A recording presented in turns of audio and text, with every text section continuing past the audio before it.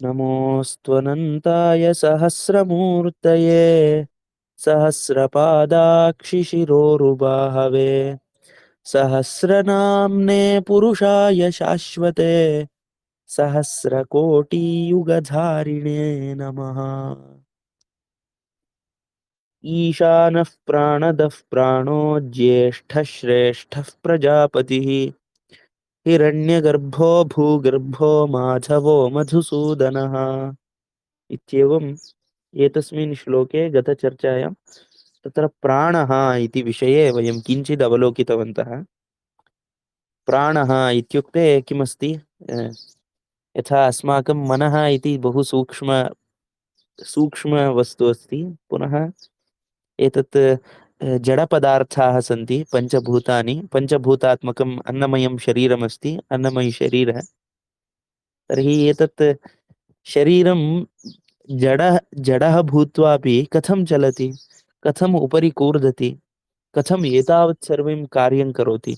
ये जड़ शरीर भी कैसे कार्य करता है, कथम यथा जडेपि चैतन्यं कथम् आगतं, जडमपि कथं कार्यं करोति इत्येवं तत्र यदा दृष्टवन्तः तदा यथा अत्र वायुः अन्तः गच्छति, प्राणः इत्युक्ते कश्चन प्राणः इति भवति। प्राणेन संपूर्ण शरीरे शरीरे कोणे कोणे तत्र शक्तिः प्रवहति, तेन तत्र जीवनं भवति इत्येवं किञ्चित् चिन्तितम् आसीत्। पुनः मृत शरीरेपि वैक्यूम भवति, वायुः भवति, वायु तो होता है मृत शरीर में भी। तर्हि वायुः प्राणः इत्युक्ते केवलं तावदेव इति नास्ति। तत्र सम्पूर्णरीत्या या रचना अस्ति मानवशरीरस्य रचना, पुनः वायुः, पुनः तत्र कश्चन शक्तिः अस्ति, कोई एक शक्ति है, सूक्ष्म रूपेण अस्ति, अ, सः प्राणः इति, वो प्राण है। तर्हि तदेव पंचधा भवति, वही प्राण पांच प्रकार से होता है, पंच प्राणाः इति। प्राण अपान व्यान उदान समान इति पंच प्राणाः भवन्ति, पांच प्राण होते हैं सर्वत्र। एकैकं एकः एव प्राणः विविध कार्यं करोति चेत् पंच प्राणाः इति इत्येवं दृष्टवन्तः। तर्हि तत्तु प्राणः इति यः अस्ति सः तु एषः एव अस्ति, परमात्मैव इति। तस्यैव तत्र शक्तिः, प्राणशक्तिः, स एव प्राणदः, वही प्राण को देने वाला। प्राणं ददाति इति प्राणदः। पुनः प्राणः अपि स एव, प्राण भी वही है, प्राण को देने वाला भी वही है। एवं पुनः सः केवलम् एकस्मिन् शरीरे विद्यमान प्राणः इति एव न, संपूर्ण जगति यत्किमपि प्राणिति, जो भी जीवित है, तस्य सर्वस्य प्राणः एषः एव। इत्युक्ते जगत् प्राणः, जगत् प्राणः अस्ति सः इति, तादृशः। अस्तु, प्राणः इति विषये वयं दृष्टवन्तः। एतत्तु प्राणः इति मंगलं करोति खलु अस्माकं कृते, प्राण जो है वो हमें मंगल करता है, तर्हि भगवान् अस्ति अत्र। पुनः प्राणः सर्वत्र प्रविष्टः अस्ति, प्राण सब जगह प्रविष्ट होता है, सर्वत्र प्रवेशं करोति, अतः विष्णुः विश्व। पुनः प्राणः के कथं भवति, केन रूपेण भवति? यथा स्थूलवायुना रूपेण, स्थूलवायु के रूप से, अथवा किमपि अस्ति, विश्वमपि प्राणः एव इत्युक्ते तत्र यत्किमपि नाम आगतं, प्राण इत्यनेन किमपि विरोधः नास्ति खलु। वषट्कारो, पुनः तत्र वषट्कारः इत्यपि नाम पूर्वमासीत् खलु। तस्य विरुद्धं शब्दं किम् इति जानन्ति वा? वषट्कारस्य विरुद्धं शब्दम् अधुना धिक्कारः इति वदन्ति खलु, श्रुतं वा? धिक्कारः, अहं आम् आम् सर्वासु भाषासु अस्ति प्रायशः धिक्कारः, अथवा हिंदी भाषायां धिक्कार है एवं वदन्ति। तर्हि तदेव धिक्कारः विरोधार्थे, वषट्कारः पूज्यार्थे, नमस्कारार्थे भवति। नमस्कार के अर्थ में वषट्कार कहते हैं, यथा नमस्कारः वषट्कारः, पूज्य भावनया भवति, धिक्कारः विरोधभावनया भवति। तर्हि एतत् सर्वं दृष्टं। पुनः अद्य ज्येष्ठः, श्रेष्ठः, प्रजापतिः इति नामानि यथाशक्ति अग्रे अपि पश्यामः। ज्येष्ठः इति नाम्नः विषये किं किम् अस्ति? ज्येष्ठः इति श्रवणे सति मनसि किम् आगच्छति? ज्येष्ठः बड़ा है, यथा ज्येष्ठ भ्राता, बड़े लोग ज्येष्ठः।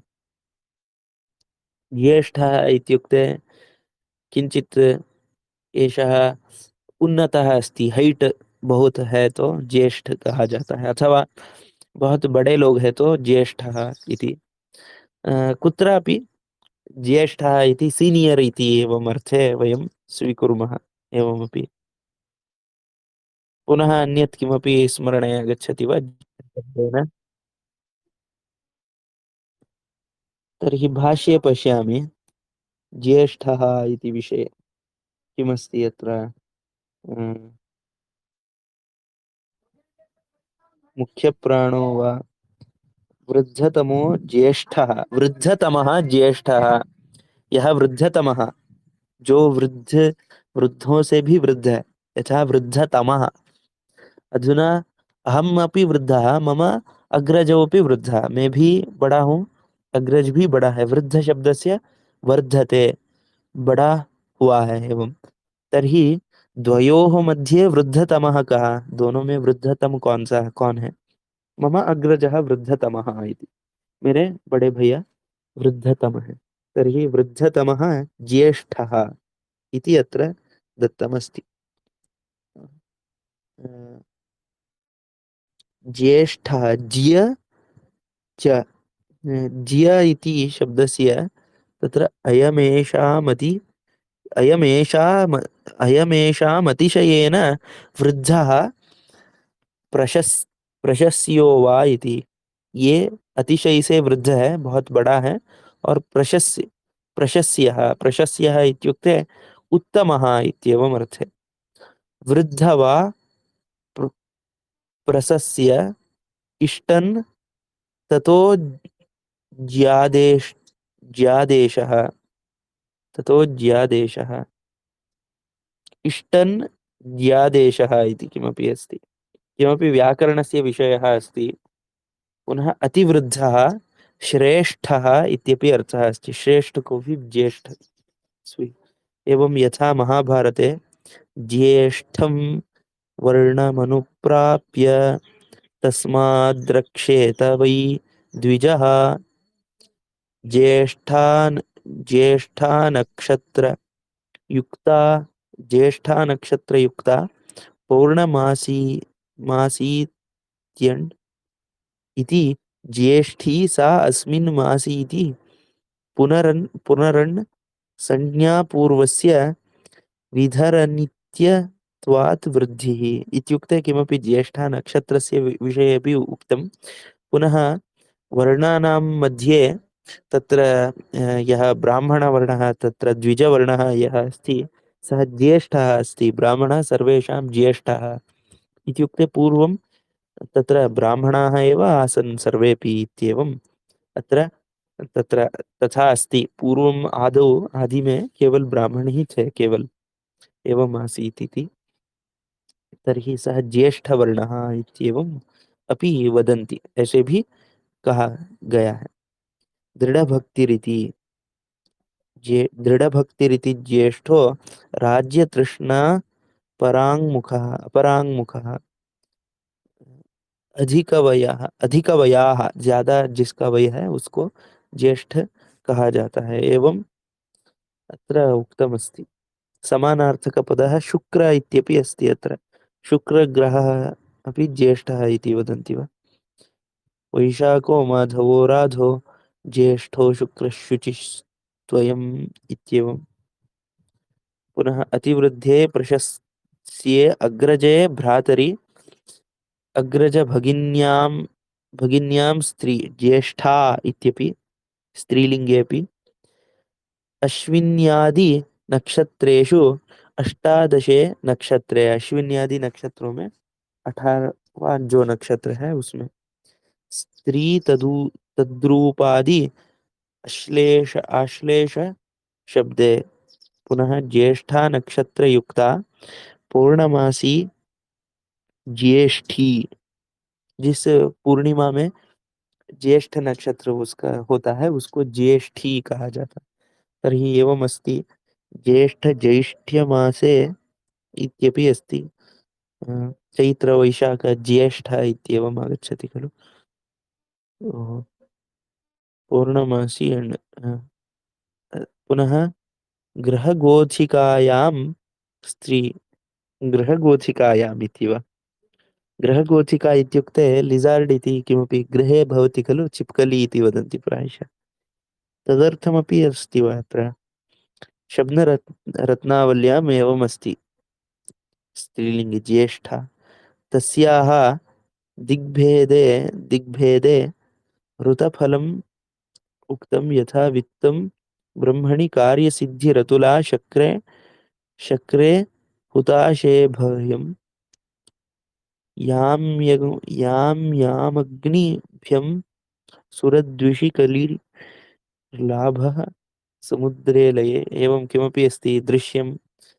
अस्तु, ज्येष्ठ इति शब्दस्य एवमेवं परमेश्वरः अपि ज्येष्ठः इति तदेव दत्तं। पुनः नवजात अलक्ष्मी देव्याम्। अलक्ष्मी देव्याम, जो लक्ष्मी के जो तत्र ज्येष्ठा भगिनी अस्ति खलु, अलक्ष्मी ऐसा कहा जाता है। लक्ष्मी इति अस्ति। लक्ष्म्याः ज्येष्ठा, लक्ष्मी से लक्ष्मी के बड़े बहन अलक्ष्मी है। अलक्ष्मी इत्युक्ते तस्य लक्ष्म्याः विरुद्धम् इति। यदि लक्ष्मी तत्र सम्माननम् अथवा तस्य रक्षणं न कुर्मः, उसको सही रूप से रक्षणीय, सद्विनियोगं लक्ष्म्याः न भवति, तर्हि अलक्ष्मी तस्याः ज्येष्ठा आगच्छति इत्यपि। अलक्ष्मी, अलक्ष्मी को भी ऐसा कहा जाता है। श्रीसूक्ते अस्ति तत् ज्येष्ठां लक्ष्म्यां नाशयामः इति हाँ श्रीसूक्ते हाँ अस्ति। हाँ हाँ, श्री सूक्ते अस्ति। श्री सूक्त में मंत्र में भी है। मां प्रणम्य पुनर्देवा मन्मथुः क्षीरसागरं तस्मिन् प्रमथ्यमाने तु मया देवैश्च भाविनी। मां प्रणम्य पुनर्देवाः, तत्र किमस्ति, कथा। अलक्ष्म्याः उत्पत्तिः कथं भवति, अलक्ष्मी कैसे उत्पन्न होता है उसका कथा एवं अस्ति। मां प्रणम्य पुनर्देवाः, मुझे प्रणाम करके, ममंथुः क्षीरसागरं, क्षीरसागरस्य मंथनं अ, अकुर्वन् इति। तस्मिन् प्रमथ्यमाने तु मया देवैश्च भाविनी। देवैश्च भाविनी ज्येष्ठा देवी समुत्पन्ना, ज्येष्ठ देवी उत्पन्न हो गई। रक्तस्रग्वास सावृता, रक्तस्रग वास सावृता, रक्त वर्णस्य वस्त्रेण आवृता आसम्। उत्पन्ना सा अब्रवीद् देवान् किम कर्तव्यम मयेति वै। वो उत्पन्न होकर देवताओं को कहा, मया किं कर्तव्यम् इति। कर्तव्यम मयेति वै। त- तामब्रुव तामब्रुवस्तदा तामब्रुवस्तदा ताम ज्येष्ठाम् अब्रुवत्। देवाः अब्रुवत्स्तदा देवीं सर्वे देवगणा भृशं। सर्वे देवगणाः एवं भृशम् अवदन्। सभी लोग ने कहा, येषां गृहांतरे नित्यं कलहं संप्रवर्तते, जिनके घर में नित्य कलह नित्य कलह होता है। येषां गृहांतरे नित्यं कलहं संप्रवर्तते तत्ते स्थानं प्रयच्छामो वासस्तत्र शुभानने। इत्युक्ते तत्ते स्नानं स्थानम, उस स्थान में तुम्हें प्रवेश, उस स्थान को हम तुम्हें देंगे। प्रयच्छामः वासः तत्र अशुभानने। अशुभानने इत्युक्ते तत्र वासः तव भवतु इति। यस्य गेहं कपालास्थि कपालास्थिभस्मके कपालास्थि भस्मके शादि चिह्नितम् कपाल अस्ति भस्मके शादि चिह्नितम् यस्य गृहे जिसके घर में कपाल अस्थि भस्म इत्युक्ते अस्थि इत्युक्ते बोन् इत्यादि भस्म भस्मादि चिह्नितं भाषान्ते पुरुषं नित्यं वसन्त्य वसन्त्यनृतवादिनः यः अनृतवादी अस्ति मिथ्या वदति तत्र भवती गच्छतु ज्येष्ठा लक्ष्मीः इति सन्ध्याकाले च ये पापाः स्वपन्ति मलचेतसः संध्याकाले च ये पापाः स्वपन्ति मलचेतसः संध्या काल में जो शयन करते हैं संध्या काले ये शयनं कुर्वन्ति ते येषां चित्तः मलयुक्तः अस्ति जिनका चित्त मलयुक्तः है पापाः ये सन्ति संध्याकाले च ये स्वपन्ति पापाः मलचेतसः तेषां वेश्मनि निसंतिष्ठ तेषां वेश्मनि वेश्म इत्युक्ते वस्त्रम् इति वा वेश्म इत्युक्ते किमपि अस्ति शरीरम् इति अस्ति प्रायशः दुःखदारिद्र्यदायिनी दुःखदारिद्र्यं ददातु इति अलक्ष्मी तत्र लक्ष्म्यै उच्यमानमस्ति देवैः कपालकेश भस्मास्थि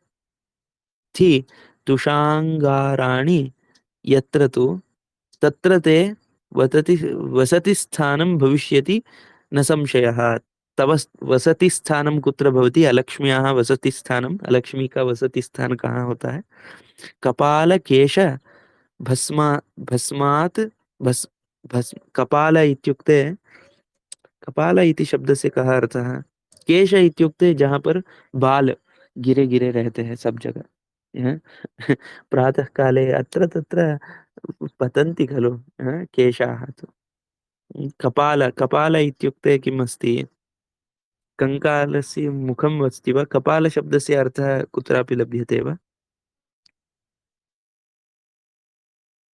केश कपाल भस्मास् कपालस्य हार किं ईश्वर ओ धारयति किल तत्र एतद् भवति इति किं भवति मुण्ड कपालम् इत्युक्ते मुण्ड मुखस्य मुण्डः मुण्ड तत्र मुण्डः इति तर्हि तदेव कपाल पुनः भस्मास्थि अस्थि पुनः तुषाङ्ग तुषाङ्गारादि तुष इत्युक्ते दर्भम् इति वा नास्ति तुष इत्युक्ते किमपि अस्ति अङ्गाराणि यत्र तु तत्र ते वसतिस्थानं तत्र वसतिस्थानं भविष्यति न संशयः अकृत्वा पादयोः शौचम् अकृत्वा पादयोः शौचं यस्त्व यस्त्वाचामिति दुर्मतिः पादयोः शौचम् इत्युक्ते पादप्रक्षालनं पुनः यस्तु आचामति चामति दुर्मतिः आचमति इत्युक्ते आचमनं यः न करोति शौचं कृत्वा शुचि करके पादयोः प्रक्षालनं पुनः आचमनादि न करोति तर्हि तत्र तं भजस्व सदा देवी तस्य समीपं गच्छ कलेशे कलुषेणां कलुषेणावृता भृशं कलुषेण कल्मषेण आवृता भूत्वा तत्रैव प्रविश इति तृणाङ्गार तृणाङ्गारकपालाश्म वालुकाय सचर्मभिः दन्तदाह धावन कर्तारो भविष्यन्ति नराधमाः इत्युक्ते दन्तधावनकर्तारो भविष्यन्ति नराधमाः तृणाङ्गार कपालाश्म वालुका काय च चर्मभिः इत्युक्ते दंतधावनम दांतों को क्लीन करने के लिए तृण का उपयोग करना पुनः अंगारस्य उपयोगः कपालस्य अश्म इत्युक्ते किमस्ति अश्म शब्दस्य कोऽपि अर्थः लभ्यते वा अन्य अश्म इत्युक्ते केशः इति वा एकवारं द्रष्टुं शक्यते वा अश्म अश्म इति भगवद्गीतायामपि आगतं खलु एकवारं पश्यन्तु लभ्यते चेत्। वा अलुकाय अश्मवालुकाय सचर्मभिः दंतधावनकर्तारो भविष्यन्ति नराधमाः। ये नराधम होता है। अश्मवृष्टिना, अश्म इत्युक्ते पाषाण, पत्थर से अश्म, पत्थर। रमख मलिना देवी तेषां वेश्मसु, वेश्म इति शब्दस्य अर्थं लभ्यते वा पश्यन्तु एकवारं। नित्यशः, नित्यशः गृहम् इति वा। तिलपिष्टञ्च नक्तञ्च कलिंग शिग्रु शिग् शिग्रु गृञ्जनम्।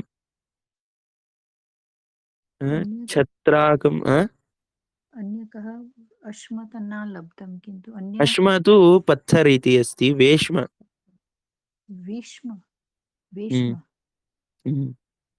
वेश्म शब्दस्य अर्थः कः? वेश्म शब्द का अर्थ क्या है?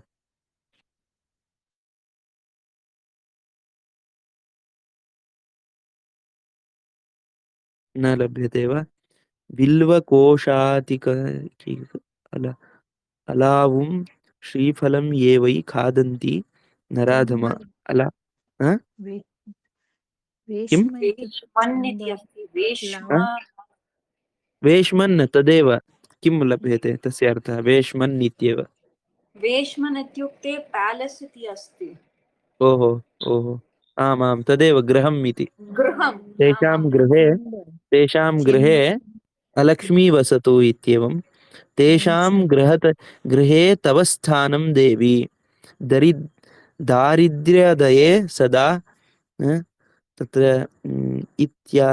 इत्यादिश्य सुराः सर्वे ते ज्येष्ठां कलिवल्लभां पुनश्च मन्थनं चक्रुः क्षीराब्धिं सुसमाहिताः।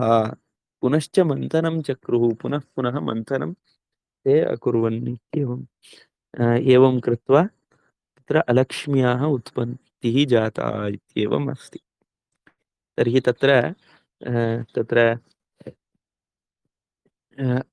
एवमपि पूजासन्दर्भे वैराग्याय नमः, ईश्वर्याय नमः, धर्माय नमः, ज्ञानाय नमः, वैराग्याय नमः, ईश्वर्याय नमः इति धर्माय, ज्ञानाय, वैराग्याय, ऐश्वर्याय नमस्कारं कृत्वा अधर्माय नमः, अज्ञानाय नमः, अवैराग्याय नमः, अनैश्वर्याय नमः इत्यपि अधर्म अज्ञान अवैराग्य अनैश्वर्यस्यापि कृते नमनम् इति एवं परंपरा दृश्यते। कथम् अवैराग्यस्य कृतेपि नमनं किमर्थं कुर्वन्ति?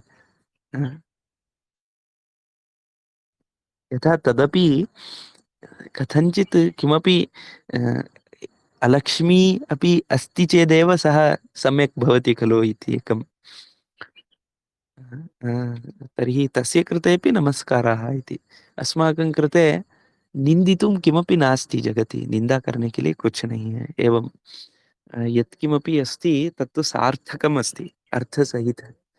भगवत् सृष्टिः यत्किमपि अस्ति सार्थकम् अस्ति। तत्र अज्ञानं, ज्ञानस्य अभावः अज्ञानम् इत्यपि यद्यपि स्यात्, ज्ञान का अभाव है अज्ञान, तर्हि तथा प्रयोगः अस्ति खलु, अज्ञानम् अस्ति इत्युक्ते ज्ञानं नास्ति इत्येव, न अस्ति भी, न भी है ना, नास्ति इत्यपि अस्ति। तर्हि अज्ञानम् अज्ञानाय नमः इत्येवमपि तत्र नमनं क्रियते। अस्तु, अधुना किमर्थम् एतदागतं? ज्येष्ठा लक्ष्मी इत्यपि, लक्ष्मी का ज्येष्ठ भगिनीभिः ज्येष्ठा इति शब्देन। पुनः परमेश्वरः तदेव ईशानः प्राणदः प्राणो ज्येष्ठः श्रेष्ठः प्रजापतिः इति विष्णुसहस्रनाम्नि।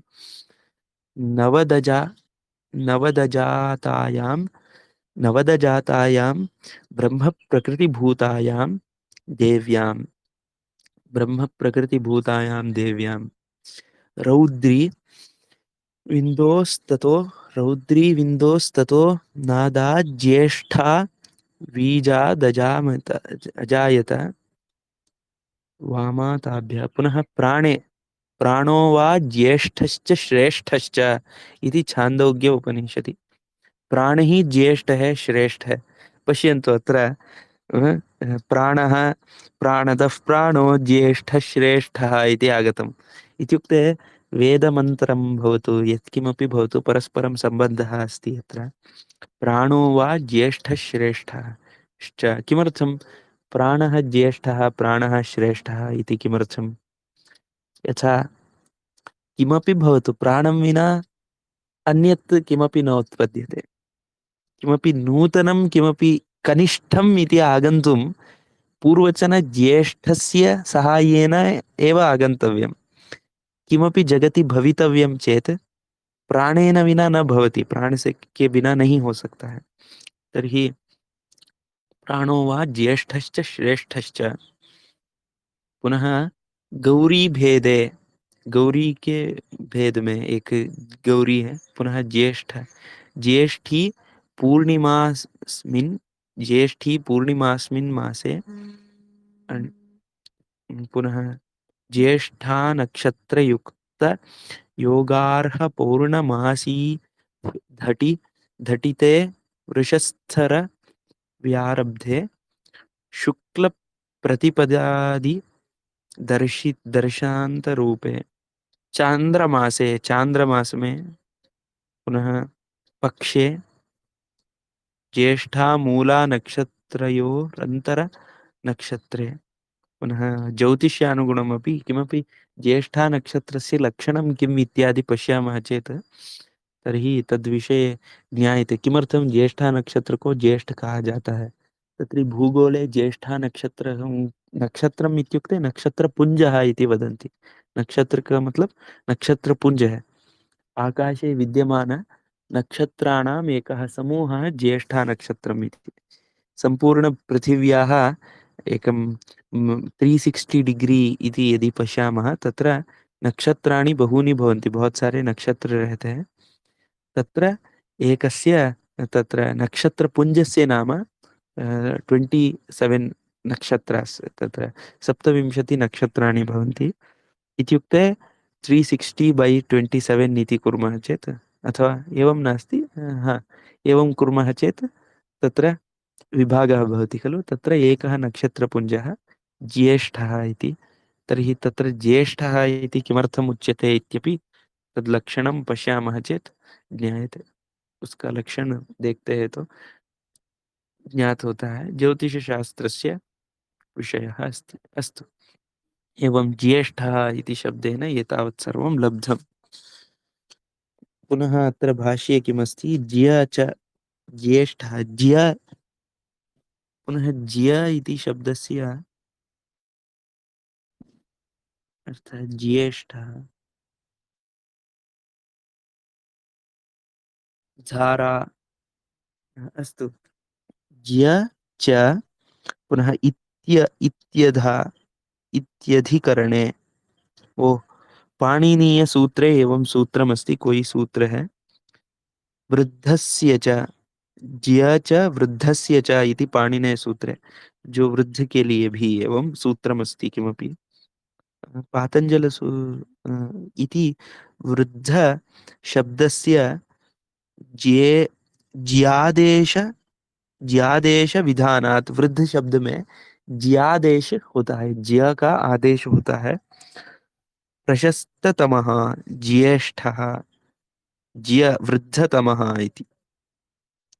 वृद्धस्य च ज्य च इत्युक्ते वृद्धस्य ज्य इति आदेशः भवति इति। ज्येष्ठः पुनः कुत्रापि अन्यत्रापि अस्ति वा द्रष्टव्यं। वृद्धतमः श्रेष्ठः, प्रशस्यस्य सर्व प्रशस्यस्य श्रेष्ठ, श्रेष्ठ श्रेष्ठः इति। प्रशस्यस्य श्रः, ज्येष्ठः श्रः इति। जो प्रशस्य है उसके लिए श्रः इति किमपि आदेशः भवति, तदेव श्रेष्ठः इति। श्रेष्ठ शब्दस्य व्युत्पत्तिः पाणिनि तत्र अनुगुणं कथम् इति आदेशविधानात् प्राणो प्राणो वाव ज्येष्ठश्च श्रेष्ठश्च प्राणी ज्येष्ठ और श्रेष्ठ है इति छांदोग्योपनिषदि मुख्य प्राणो वा मुख्य प्राण भी श्रेष्ठ कहा जाता है। मुख्य प्राणः इत्युक्ते मूलतया यः भवति इत्य इत्यधा इत्यधिकरण सिद्धत्वात् इत्यधिकरण सिद्धत्वात् सर्वकारणत्वात् वा ज्येष्ठः सभी के कारण होने के कारण यथा सर्वस्मात् पूर्वे भवम् इति ज्येष्ठम मम पिता ज्येष्ठः तस्य पिता ततोपि ज्येष्ठः तस्यापि पिता ततोपि ज्येष्ठः एवमेव पृथिवी ज्येष्ठः सूर्यः ज्येष्ठतमः सूर्यापेक्षया अन्यः ज्येष्ठतरः इत्युक्ते एवमेव पश्यामः चेत् कः ज्येष्ठः इत्युक्ते यः सर्वदा स्थितः यः पूर्वस्मादस्ति यः कदापि नास्ति इति न यत्किमपि अस्ति ततोपेक्षया पूर्वं यः अस्ति जो भी है उसके हिसाब से पहले उसके उससे भी पहले जो है वो ज्येष्ठ है तर्हि श्रेष्ठः सर्वकारणत्वाद्वा ज्येष्ठः सर्वातिशयत्वाद्वा श्रेष्ठः सर्वातिशयत्वात् सर्व से अतिशय है बढ़कर है सबसे बढ़कर है इति श्रेष्ठः ईश्वरत्वेन सर्वासां प्रजानां पतिः प्रजापतिः इति ज्येष्ठश्रेष्ठः प्रजापतिः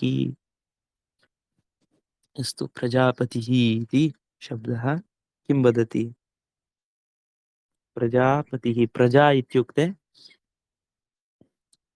प्रजा प्रजा इति शब्दस्य अर्थं पश्यामः प्रजा इति शब्दस्य अर्थः एवमस्ति अत्र प्रजा संततिः इति प्रजा संतति जो संतति है सम्यक तनोति इति संतति अच्छे तरीके से जो मूल धर्म है पिता प्रपितामह तेषां ऋषिमुनीनां यः धर्मः अस्ति जो धर्म है यद्वीर्यम् अस्ति तत्तु तल्लक्षणं वो लक्षण सम्यक रूपेण अच्छे रूप से कंटिन्यू होता है एवं सम्यक रूपेण तानं भवति इति संततिः यदि तत् विकारं भवति चेत् विकृतिः इति वक्तव्यं संततिः इश्वा छल्ली प्रसूतिः विस् विसृष्टिः विसृष्टिः सूतिः सूतिः इत्येवं प्रजा शब्दस्य एवमेवम् अस्ति प्रजायते जायते जन धातु जन मतलब जन इत्युक्ते ऑक्सीजन हाइड्रोजन इति तत् न जन इत्युक्ते उत्पत्तिः इति जन जननम् इति वदन्ति खलु तद् प्रजा प्रजनन प्रजनम प्रजायते इति प्रजा प्रजायते उत्पन्न होते हैं उपसर्ग उपसर्गे च संज्ञाकं संततिः पितृमातृ गुण दोषेण प्रजा विभिन्ना भवति यथा अग्निपुराणे मातॄणां शीलदोषेण पितृशीलगुणेन च विभिन्नास्तु प्रजाः सर्वाः भवन्ति भवशीलिनाम् इत्युक्ते मातॄणां शीलदोषेण पितृशीलगुणेन च विभिन्नास्तु प्रजाः सर्वाः भवन्ति भवशीलिनाम् इति अस्ति संपूर्णतया नावगतम् जनः लोग है लोगों को प्रजा कहते हैं इत्यमरः यथा रघुः प्रजानां विनयाघानात् रक्षणात् भरणादपि प्रजानां विनयाघानात् रक्षणात् भरणादपि सा पिता पितरस्तासां केवलं जन्महेतवः उत्पत्तिः यथा ऋग्वेदे प्रजायै मृत्यवे त्वत् पुनर्पुनमार्ताण्ड महाभरत इत्येवं प्रजाशब्दस्य एवमादि अर्थाः सन्ति अस्तु प्रजाशब्दस्य तत्र पीपल पुनः एवमेव अर्थाः सन्ति ऐसे ही। ननन्दुः समजाः प्रजाः, सब्जेक्ट्स पीपल मैनकाइंड, कल्चर पोस्टेरिटी, ऑस्प्रिंग इति किमपि बहूनि अर्थानि सन्ति। दक्ष अस्तु, प्रजापतिः इति एवम् अस्ति। प्रजाः इत्युक्ते प्रजायन्ते इति, प्रजाः जो उत्पन्न होते हैं वो प्रजा है। तत्तु किमपि भवितुम् अर्हति। तत्र मलयाळं सन्तति प्रजा, कुट्टी मलयाळं मध्ये, हिंदी भाषायां सन्तति बच्चा, कन्नडे सन्तानम् इत्येवम् अस्ति। अस्तु, प्रजापतिः इति विषये पति शब्दस्य अर्थम् एकवारं पश्यामः चेत् सम्यक् भवति। तथा प्रजानां पतिः प्रजापति, प्रजाओं का पति है प्रजापति ब्रह्मा इत्यमरः, ब्रह्म को प्रजापति कहा जाता है। यथा महाभारते यस्मात् पितामहो जज्ञे प्रभुरेकः प्रजापतिः, यस्मात् पितामहः, पितामहः इत्युक्ते ज्येष्ठः, पितामहः पिता से भी महान है, पितामह इति शब्दस्य अर्थः पितापेक्षयापि महान इति। महान मतलब बड़ा। जज्ञे प्रभुरेकः प्रजापतिः, एक ही प्रभु है प्रजापति। ब्रह्मासुरगुरुस्थाणुः मनुः कः परमज्ये परमेष्ठ्य च। ब्रह्मा सुरगुरुः, सुराणां गुरुः ब्रह्मा, स्थाणुर्मनुर्ज्येष्ठः कः परमेष्ठ्यश्च। दक्षादियों को भी प्रजापति कहा जाता है। दक्ष यथा द्वितीये ही युगे सर्वमक्रोध व्रतमास्थितं दिव्यं सहस्रवर्षाणाम् असुराः अभिदुद्रुभुः तपो विघ्नं कर्तुं तपो विघ्नं महात्मनां पश्यन् समर्थश्चोपेक्षां चक्रे दक्षः प्रजापतिः पुनर्माहेश्वरं भागं ध्रुवं दक्ष प्रजापतिः प्राणो न कल्पयामास रोच्यमानः सुरैरपि किमपि महीपालः इत्यपि अस्ति। प्रजापति इत्युक्ते पृथ्वी को पालन करने वाला राजा है, उसको भी प्रजापति इति अस्ति। पुनः अयमेव विधाता ही तथैवेन्द्रः प्रजापतिः, इंद्र को भी प्रजापति कहा जाता है। जामाता, जामाता इत्युक्ते बंधु। दिवाकरः, सूर्यः, सूर्य को दिवाकर सुबह करने वाला, सः अपि प्रजापतिः इति। वह्निः, अग्नि को भी त्वष्टा, त्वष्टा त्वष्टा इत्युक्ते पूर्वम् आगतं शब्दः। अस्तु, तर्हि त्वष्टा इति नाम्नः अर्थं विस्मृतम् अस्ति मह्यं, त्वष्टा इति नाम। किन्तु एवमस्ति। पुनः अग्रे किमस्ति, सहस्रवर्षाणाम् असुरा इति हेमचन्द्रः। यथा वैश्वदेव, मनु को भी प्रजापति ही एवं वदन्ति, मनु को भी कहा जाता है।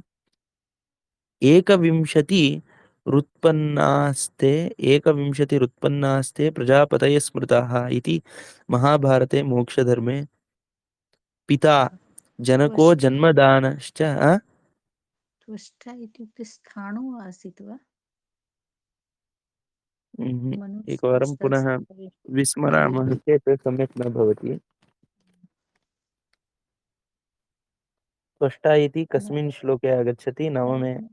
19 तो ऋषिकेश विश्वकर्मा मनुस्त्वष्टा मनुस्त्वष्टा, स्थविष्टस्य मनुः त्वष्टा। त्वष्टा इत्युक्ते विश्वकर्मा इत्येव।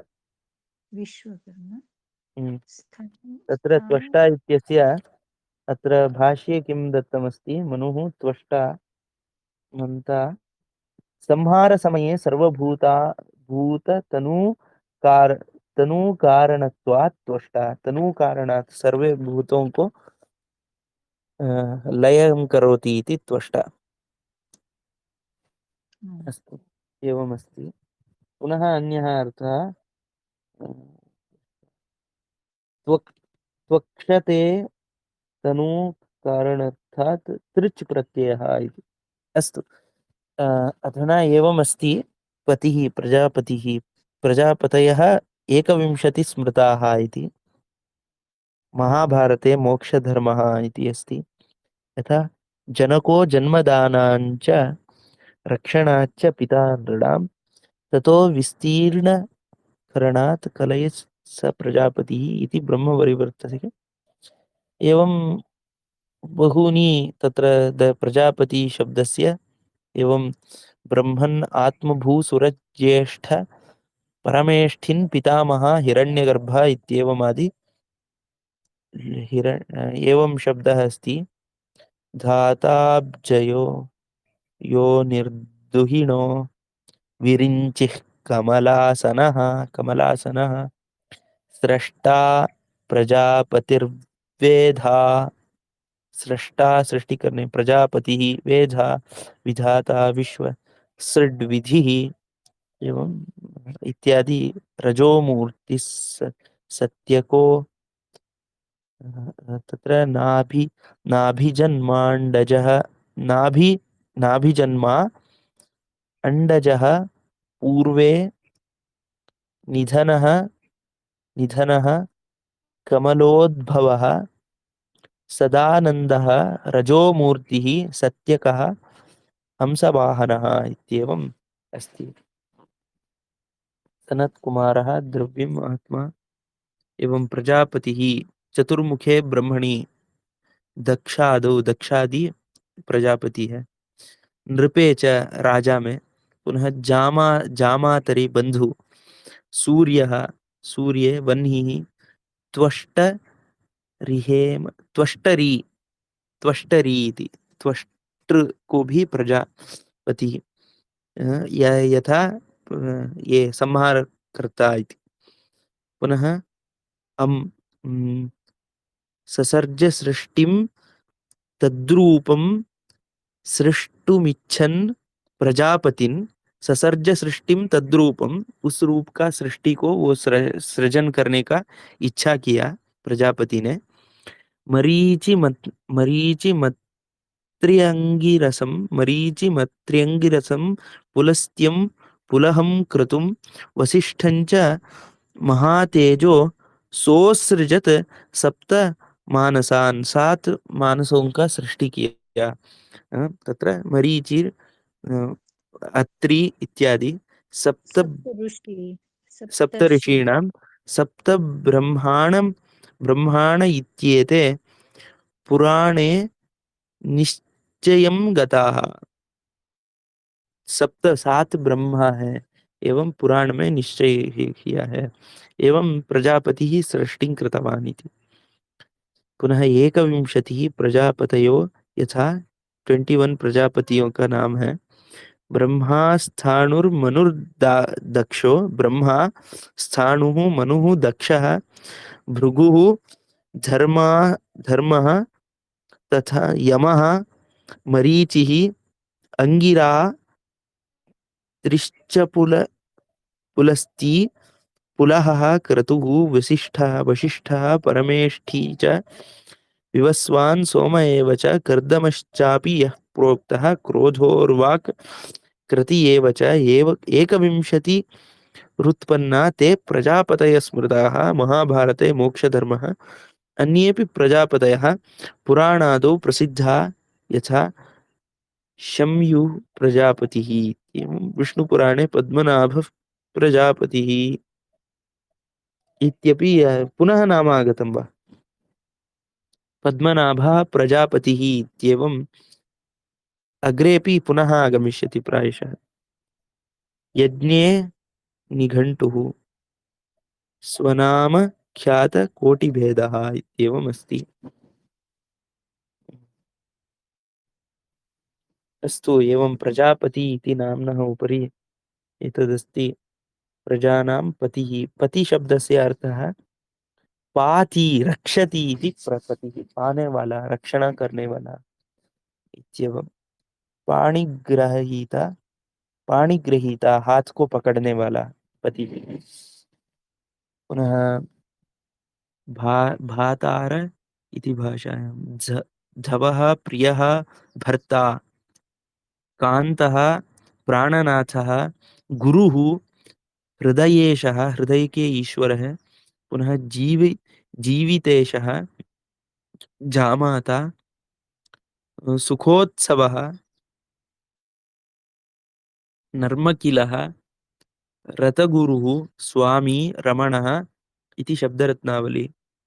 परिणेता गृही तस्य लक्षणम्, विधिवत् पाणिग्राहकः, ग्राहकः, विधिवत् पाणिग्राहकः, विधिवत् पाणी को ग्रहण करने वाला। अनुकूल दक्षिण धृष्ट शठभेदात पति चतुर्धा, पति 14 प्रकार के होता है। अनुकूल दक्षिण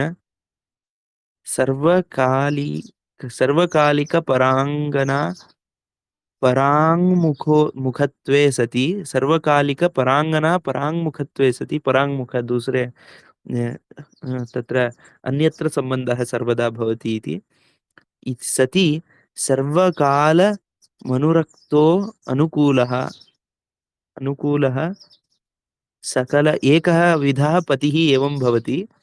इत्युक्ते पतिभेदः कथं भवति इति। सकल नायिका विषय समासः जानुः, रागो सकल नायिका विषय समसहजानुः, समसहजानुरागः, सहज अनुराग, सभी के प्रति सहज अनुराग, समान अनुराग जिस जो रखता है वो दूसरा है। भूयो निशंकः कृतदोषोपि, भूयो निवारितोपि, भूयः भूयो निशंकः कृतदोषोपि, भूयो निवारितोपि, भूयः प्रश्रय परायणः, परायणो धृतः। इत्युक्ते किमपि दोषः कृतः चेदपि आश्रयं ददाति इति।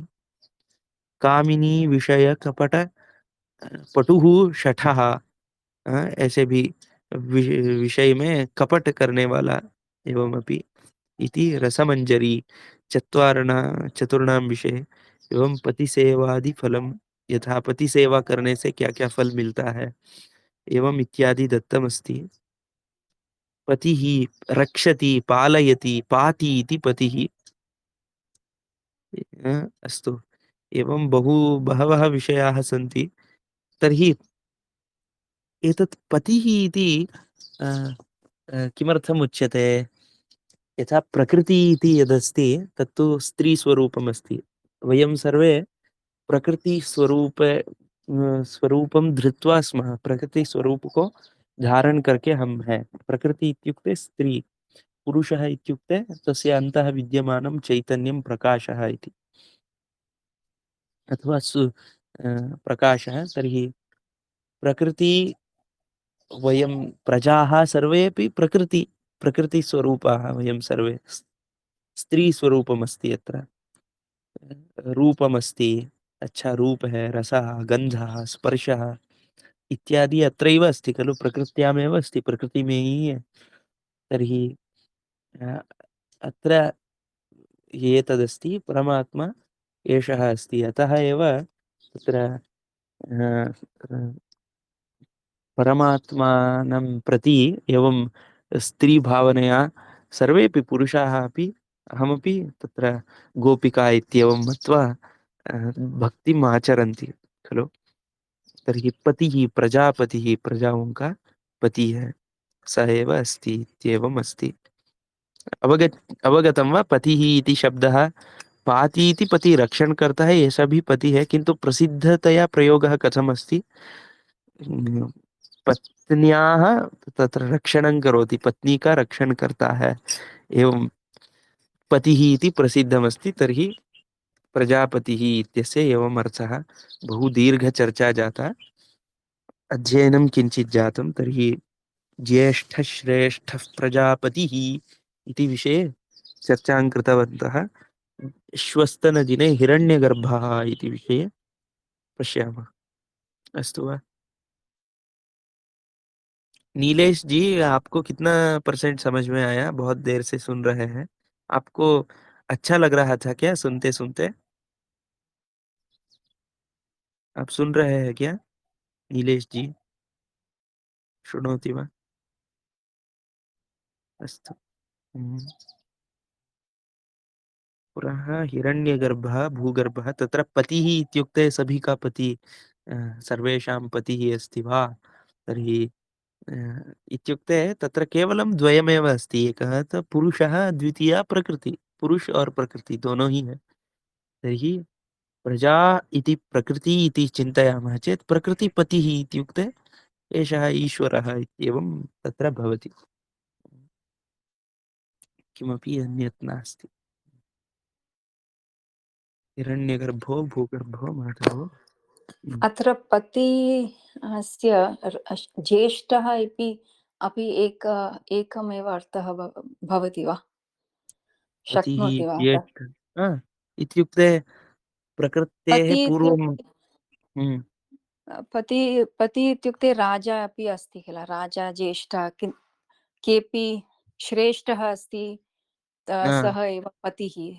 तर्हि हाँ। श्रेष्ठः अस्ति चेत् ज्येष्ठः अपि सः एव। हाँ पुनः तर्हि ज्येष्ठः पुनः पतिः एकमेव अर्थं भविष्यति वा? आम्, एकः एव अर्थः। ज्येष्ठः पतिः इत्युक्ते अर्थः एकः इत्युक्ते तस्य शब्दस्य शब्दं किञ्चित् भिन्नम् अर्थं प्रकाशयति, शब्दद्वयमपि, किन्तु द्वयोः अन्तः विद्यमानं तत्त्वम् एकमेव इति। यथा पतिः ज्येष्ठः इति अग्रजस्य कृते प्रयोगः अस्ति, भाई के लिए प्रयोग है ज्येष्ठ शब्द। तत्र पति शब्दः तो हस्बैंड के लिए प्रयोग है। तर्हि हस्बैंड और भाई समान है क्या? एवं नास्ति। तत्र ज्येष्ठः इत्यस्य तत्त्वं किमस्ति, वहां पर विद्यमान तत्व क्या है? ज्येष्ठः इत्युक्ते सर्वस्मात् वृद्धः, बड़ा है, सबसे बड़ा, सर्वस्मात् पूर्वम अस्ति इति तत्त्वम्। वहां पर भाई है, ज्येष्ठ का मतलब भाई है या कोई एक है, ये तत्त्वं नास्ति। स तत् तत् तस्य ज्येष्ठत्वम् अस्ति इति कारणतः तस्य कृते प्रयोगः। उसका उसके अंदर भी ज्येष्ठत्व है। जो परमात्मा का ज्येष्ठत्व है वो मेरे भाई के अंदर है, इसीलिए मैं ज्येष्ठ कहता हूँ। हाँ? तर्हि पतिः इति पाति रक्षति इति पतिः, तत्रापि कथं रक्षति? पतिः इत्युक्ते अस्माकं गृहे अपि मा अस्माकं शरीरं, मम पिता अपि पतिसदृशमेव। किमर्थं? पिता मतलब वो भी रक्षण मेरा करता है, वो पति ही है। कस्य पति? माता, मातुः पति, माता का पति है। हम सारे बच्चे लोग कौन है? माता का अंश है, मातुः अंशाः स्मः। तर्हि मातुः पतिः, वयं मातुः अंशाः इति। तत्र ओ मातुः पतिः इत्युक्ते ममापि पतिः इत्येवं न भवति इति। तत्र तत्त्वं किमस्ति? पति अर्थः रक्षकः इति। तर्हि रक्षणं करोति, सः गृहपतिः अस्ति, घर के पति है। गृहम् इत्युक्ते प्रकृति, जो प्रकृति है, स्थूल प्रकृति। अं, सा प्रकृति अस्ति अव्यक्तं। पुरुषः, क्षेत्रं क्षेत्रज्ञ इति पूर्वम् आगतं खलु। क्षेत्रमस्ति, तस्य क्षेत्रज्ञः पतिः, गृहपतिः, गृह के स्वामी, एवम् अर्थः। अस्तु, भवतु, अद्य भवतु, बहु जातं। सर्वेभ्यः बहु धन्यवादाः। बहु मह्यं चिन्तनार्थं सहकारः भवति भवतां। किमपि बोरिङ्ग् विना एतादृशविषयं कः पठति अधुना?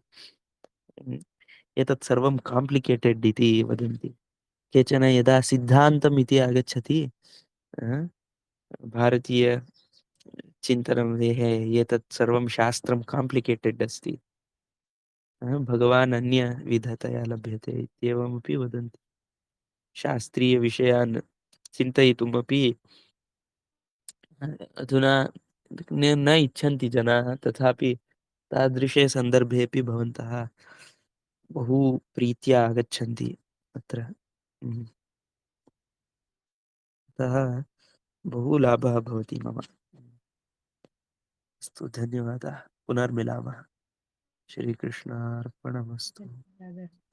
कायेन वाचा धन्यवादः। मनसेन्द्रियैर्वा बुद्ध्यात्मना वा प्रकृते स्वभावात् करोमि यद्यत् सकलं परस्मै नारायणायेति समर्पयामि। श्रीकृष्णार्पणमस्तु। धन्यवाद।